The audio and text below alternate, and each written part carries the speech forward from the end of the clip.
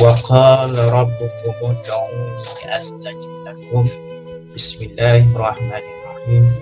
الحمد لله رب العالمين حمدا يوافي نعمه ويكافئ مزيده.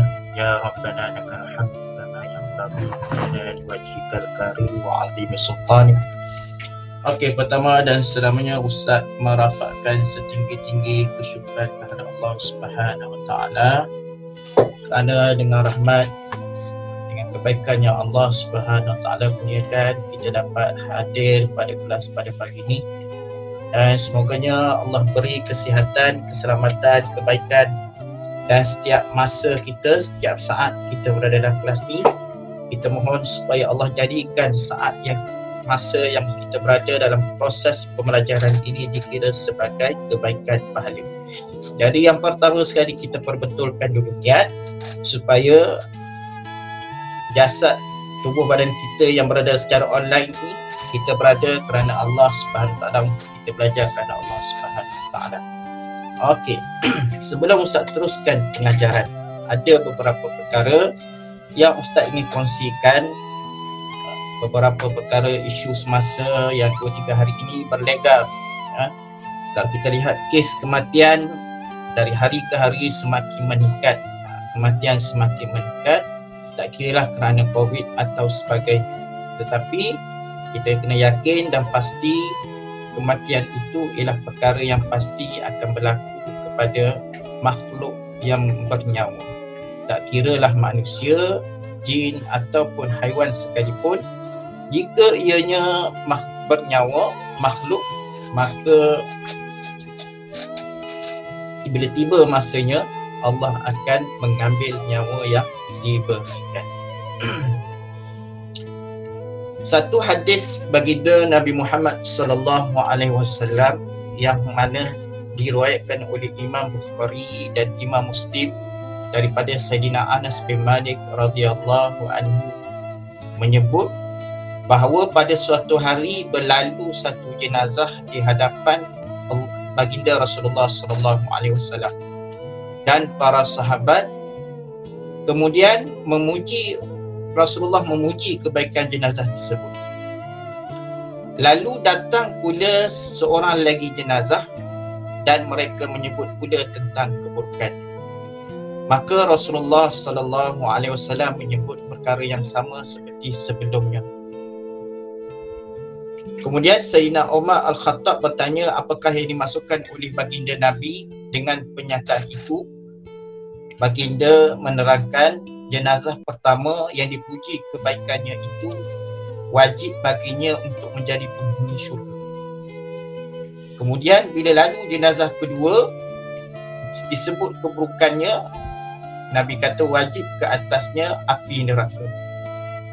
Rasulullah SAW kata sesungguhnya kalian adalah saksi-saksi Allah di atas muka bumi. Dalam satu perkongsian dalam slot Mau'izati dalam Al-Hakim, seorang ustaz ni pernah dia bagi tahu dalam ketika slot tu bagaimana Rasulullah SAW berpesan kepada manusia, kepada umat dia, bahawa salah satu sifat orang yang bijak ialah beramal untuk bekalan yang dibawa selepas kematian.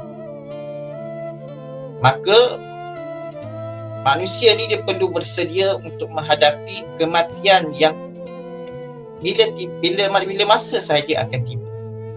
Dan segala ciri-ciri fizikal yang ada pada manusia tidak akan mendatangkan manfaat sama sekali kepada mereka di dalam kubur nanti. Sebaliknya, kehidupan setelah mati adalah perkara yang paling utama. Contohnya para sahabat yang syahid ketika dalam peperangan, yang mana setiap tubuh badan mereka penuh dengan kesan tikaman, penuh dengan kecacatan akibat peperangan, kecederaan akibat senjata musuh. Namun nilai kematian mereka tinggi di sisi Allah dan merupakan kematian yang dicemburu oleh setiap manusia.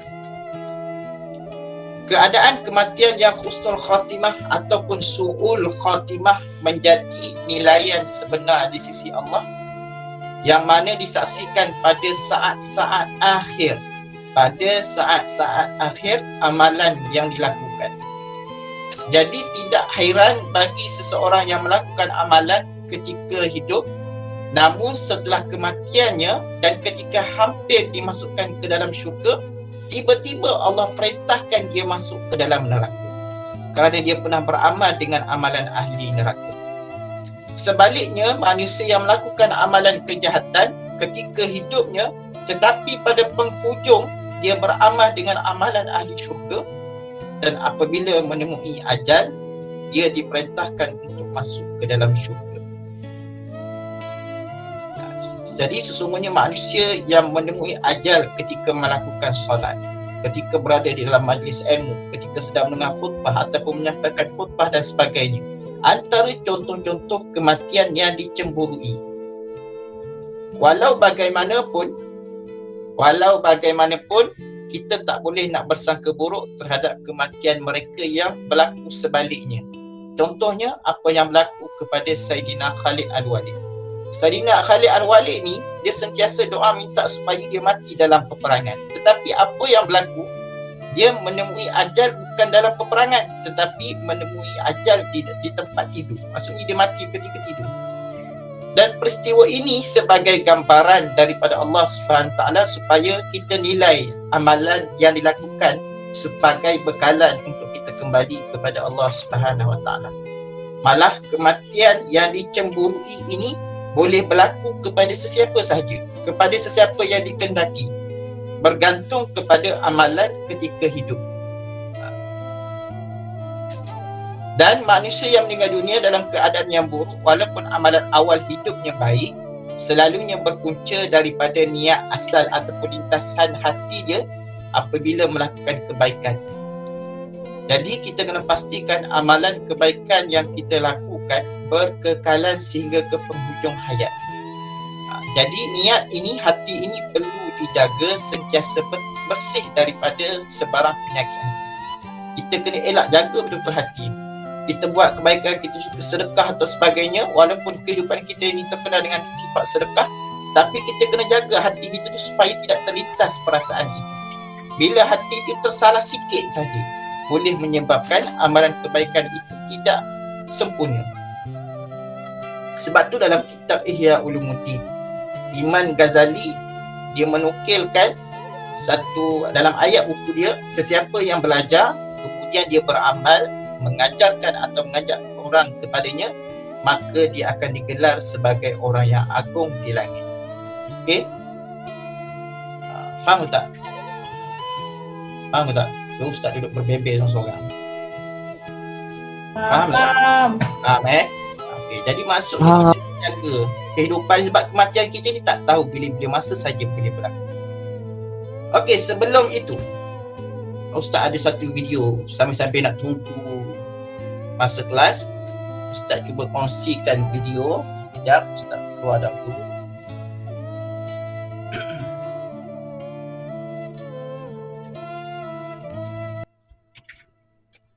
Oleh itu akan berkata, tapi ketika itu tidak ada seorang pun yang bisa mendengarnya kecuali malaikat dan hewan-hewan.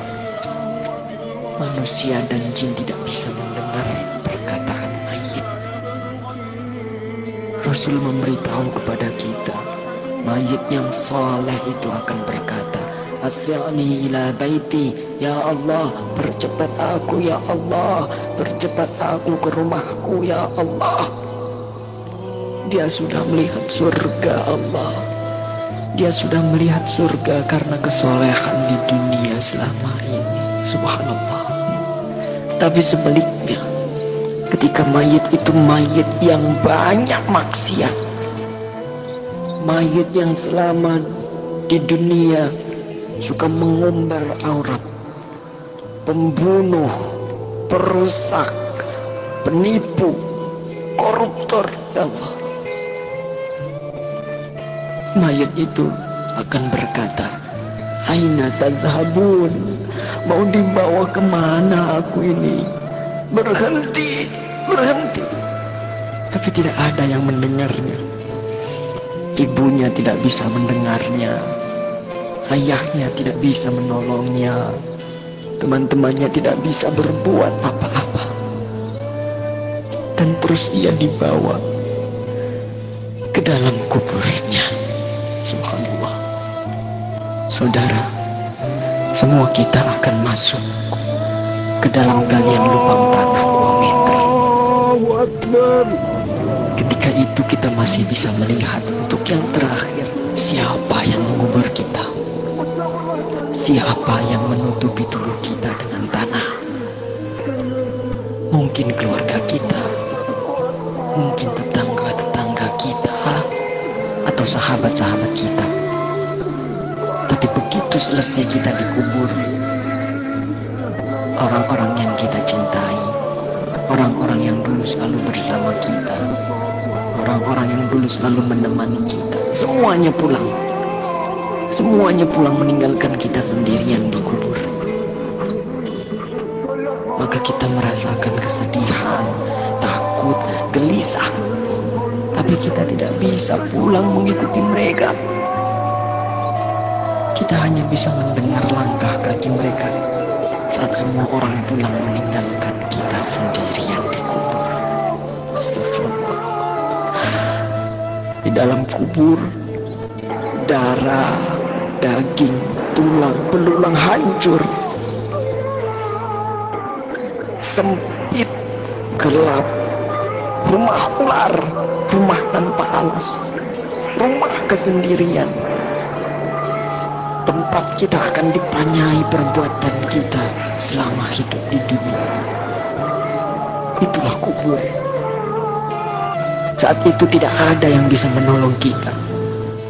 Tidak ada kekuasaan lagi, tidak ada harta yang melimpah lagi, tidak ada keluarga yang kita sayangi lagi, tidak ada pengawal yang setia lagi. Allah Akbar, Allah Akbar, Allah Akbar.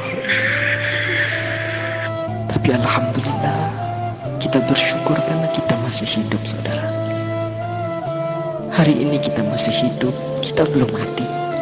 Berarti Allah masih sayang pada kita. Allah masih memberi kesempatan kepada kita untuk bertaubat.